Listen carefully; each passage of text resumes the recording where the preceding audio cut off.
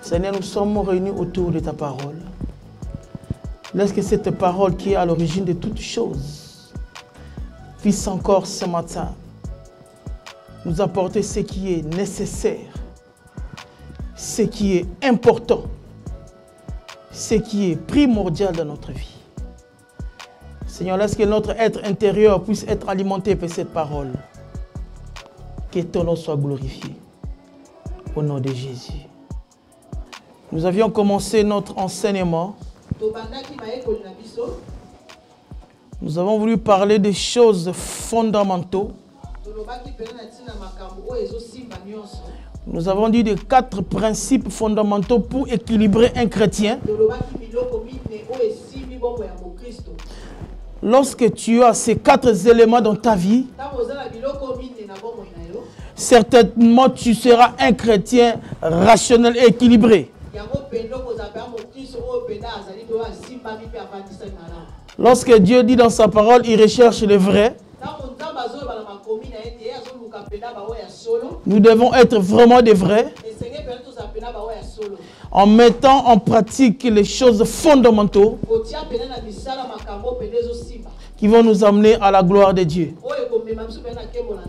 Nous avions parlé quel dimanche passé. Notre premier principe était l'obéissance.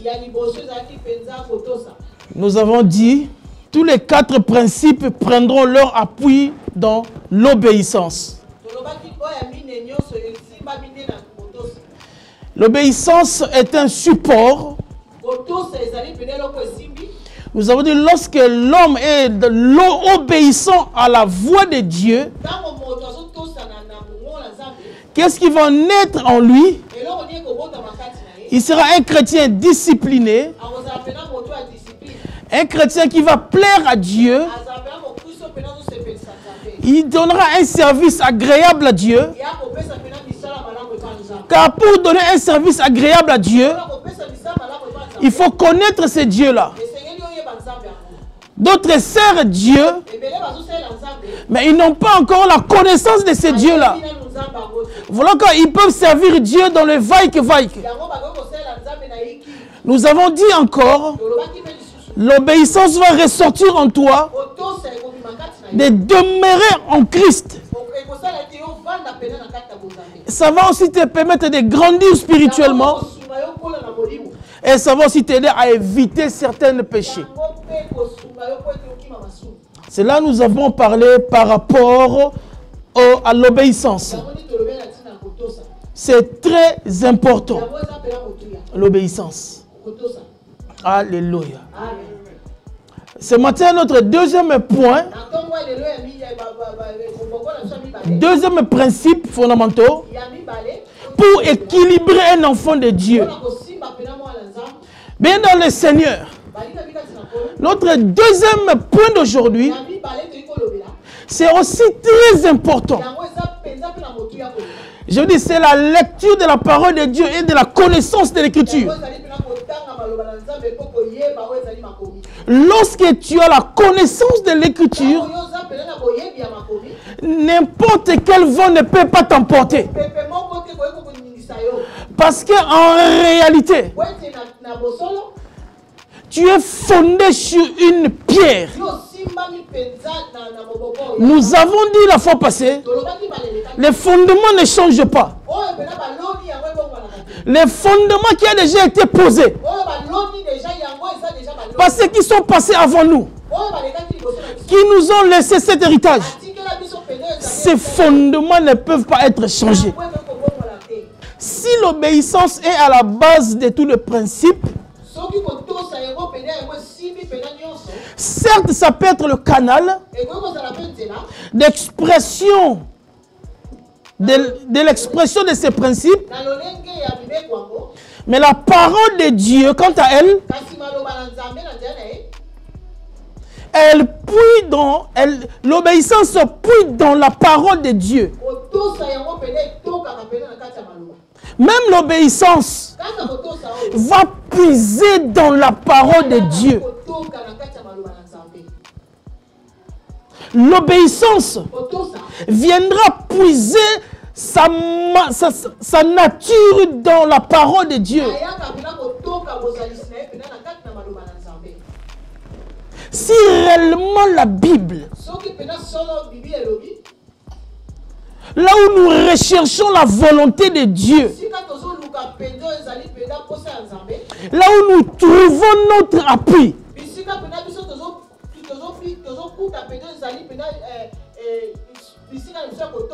mais nulle part nous trouverons la vérité qui est dans la parole de Dieu. Tous les principes que nous allons citer, l'obéissance qui peut être la base, mais la qualification d'un enfant de Dieu demande que tu puisses appliquer tous les principes qui feront de toi un vrai enfant de Dieu. Si Dieu nous a donné un commandement, c'est de la méditer. Nous avons dit, notre deuxième point, c'est la lecture de la parole et de la connaissance de la parole de Dieu. Alléluia. Or, si tu as la connaissance de la parole de Dieu, tu seras un chrétien bâti sur le fondement principal qui est Christ.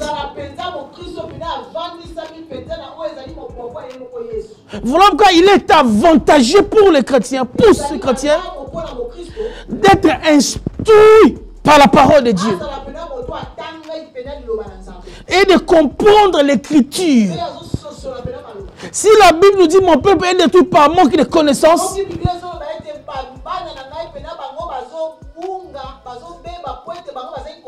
parce que celui qui n'a pas de connaissance, il sera ballotté par tout vent. Parce qu'il lui manque les choses essentielles. Or, nous parlons des 4 principes fondamentaux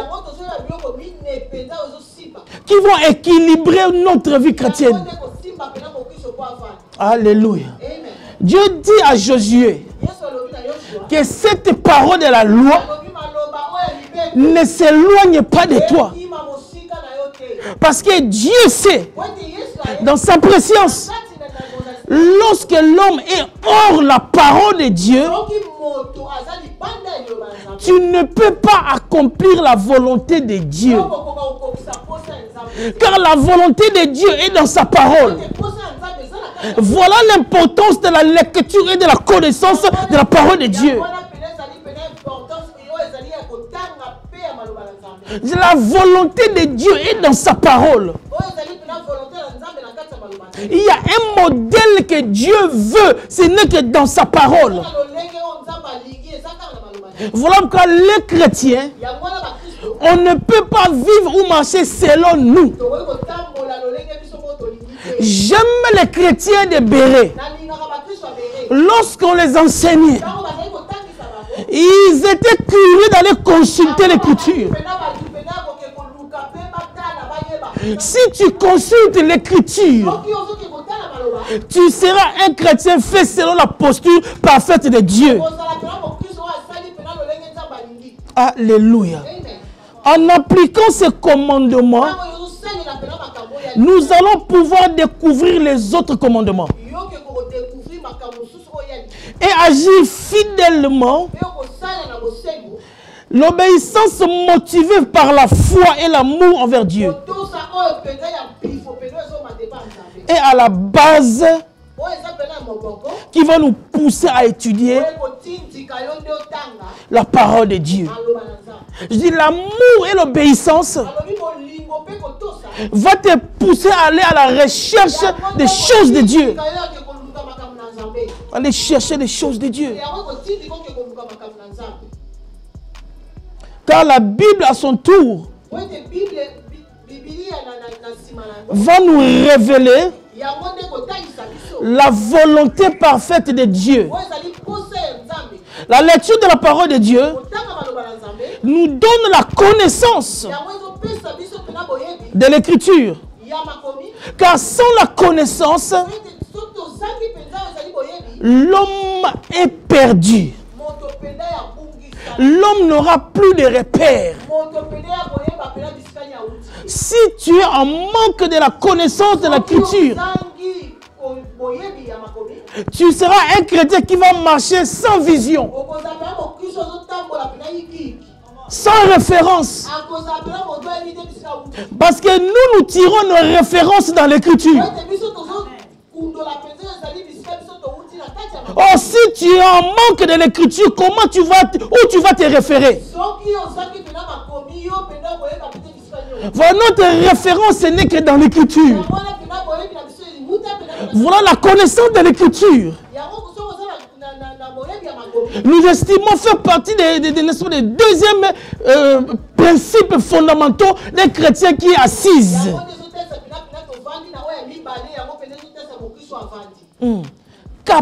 Écoute, qu'apporte la parole de Dieu dans ta vie? Qu'est-ce que la parole de Dieu va apporter dans ta vie? Elle apportera une vivacité dans ton âme.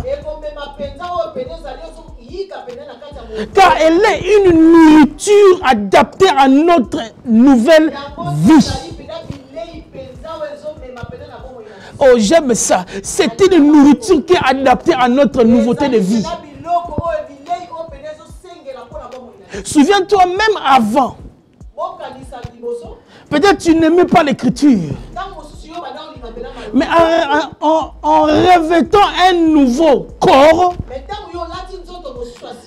tu as ce désir d'aller puiser dans la parole de Dieu.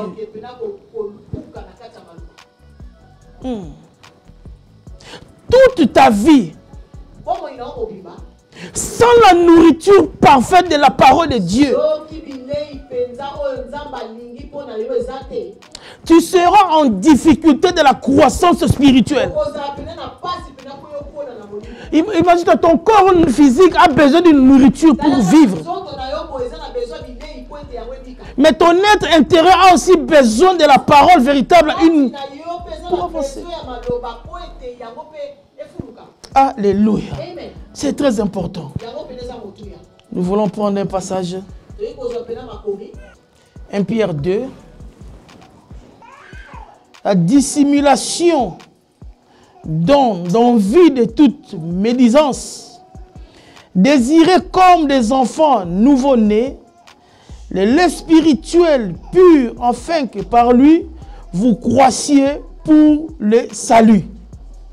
Si vous avez goûté que le Seigneur est bon, approchez-vous de lui, pierre vivante, rejetée par les hommes, mais choisie et précieuse devant Dieu, parole du Seigneur. Amen. Parole du Seigneur. Amen. Nous sommes toujours dans 1 Pierre 1 à 23. Puisque vous avez été régénérés, non pas une sémence corruptible, mais par une sémence incorruptible, par la parole vivante et permanente de Dieu, parole du Seigneur. Amen. Nous pouvons nous asseoir. Nous disons, aujourd'hui nous parlons de notre deuxième principe, la connaissance de la parole. Car la connaissance de la parole, car nous disons que la parole de Dieu est une sémence d'abord. Nous avons été régénérés par une sémence incorruptible qu'on ne peut pas corrompre. Nous étions des corrompus auparavant. Mais l'efficacité de la parole de Dieu a fait que tu es devenu un chrétien incorruptible. Donc la parole de Dieu, la sémence que tu as revêtue, a agi d'une manière puissante dans ta vie. D'une manière puissante dans ta vie. Lorsque cette bonne sémence tombe sur une bonne terre, elle doit porté le résultat. Elle a porté les résultats. La volonté parfaite de Dieu, que cette parole, qui est une parole de gloire, puisse apporter quelque chose dans ta vie. Quelque chose dans ta vie. Maintenant, nous voulons voir par rapport à la parole de Dieu, qu'est-ce que cette parole va nous apporter. Lorsque tu t'accroches à cette parole va t'apporter plus que ce que tu crois. Cette parole peut te donner plus ce que tu n'espères même pas.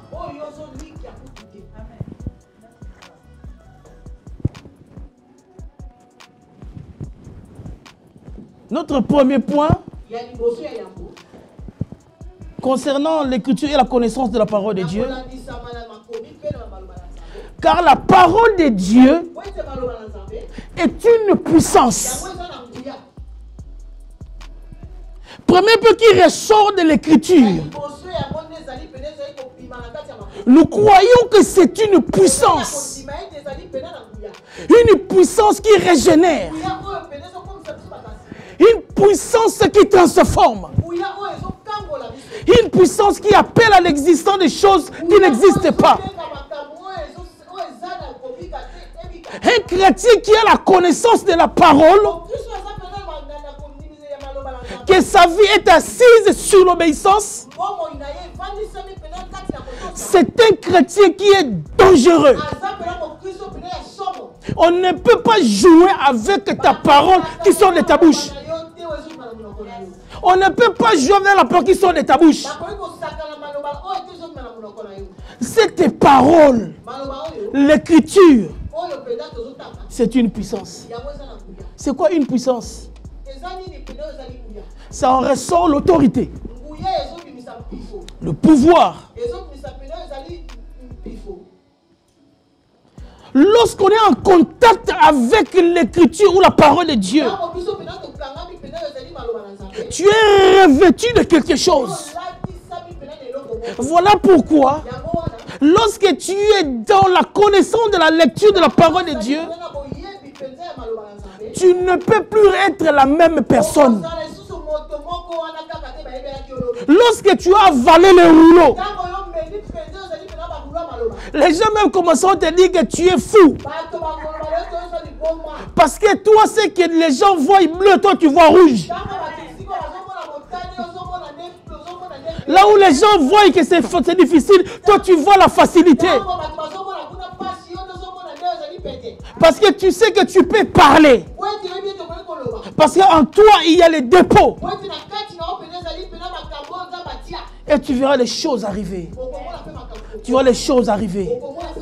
Parce que tu as la connaissance de cette parole. Alléluia. Quand tu la lis, cette parole, elle doit d'abord te parler à toi, d'abord toi-même. Directement. Cette parole est une arme offensive. Et c'est aussi une arme défensive. Elle a la puissance de guérir. Elle a la puissance de libérer. Elle a la puissance, bien aimé, de repousser les montagnes.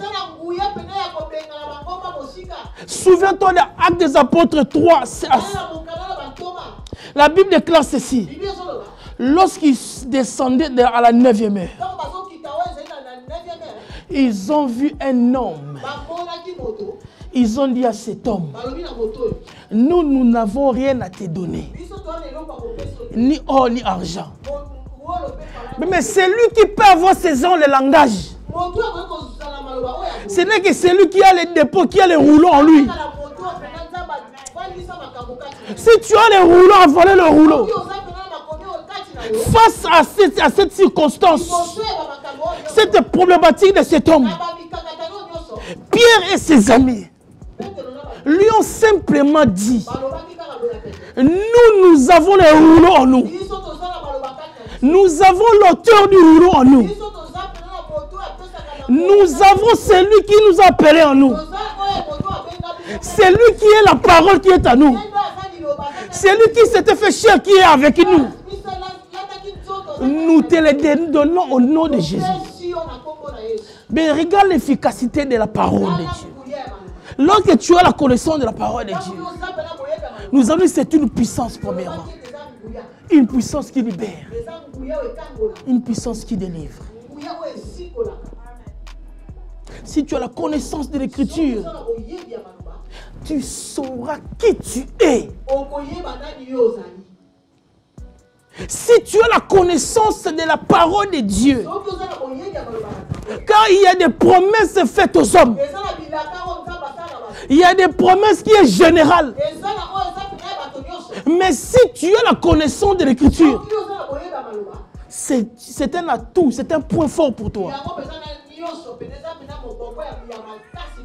C'est un point fort pour toi. Je dis, c'est une puissance. Il y avait un homme qui comprenait ces choses. Un jour, il se levait un bon matin. Des fois, il faut avoir des révoltes spirituelles. Face à des circonstances, tu sens que ça ne bouge pas. Alléluia. Cet homme Élie, un beau jour, il décida. Il a dit, sinon à ma parole, il n'y aura ni pluie ni rosée. Sinon à ma parole. Parce que cet homme connaissait la capacité qui était en lui. Moi, je suis pour les chrétiens qui comprennent leur capacité que Dieu a déposée en eux. Mais pas n'importe qui. Toi qui as la chose de Dieu en toi. Cet homme a parlé. Il a parlé. La pluie a cessé pendant une période.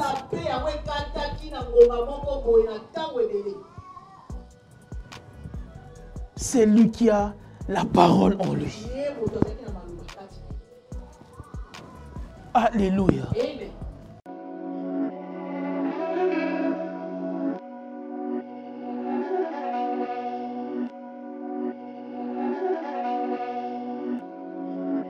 My dance make it hurt.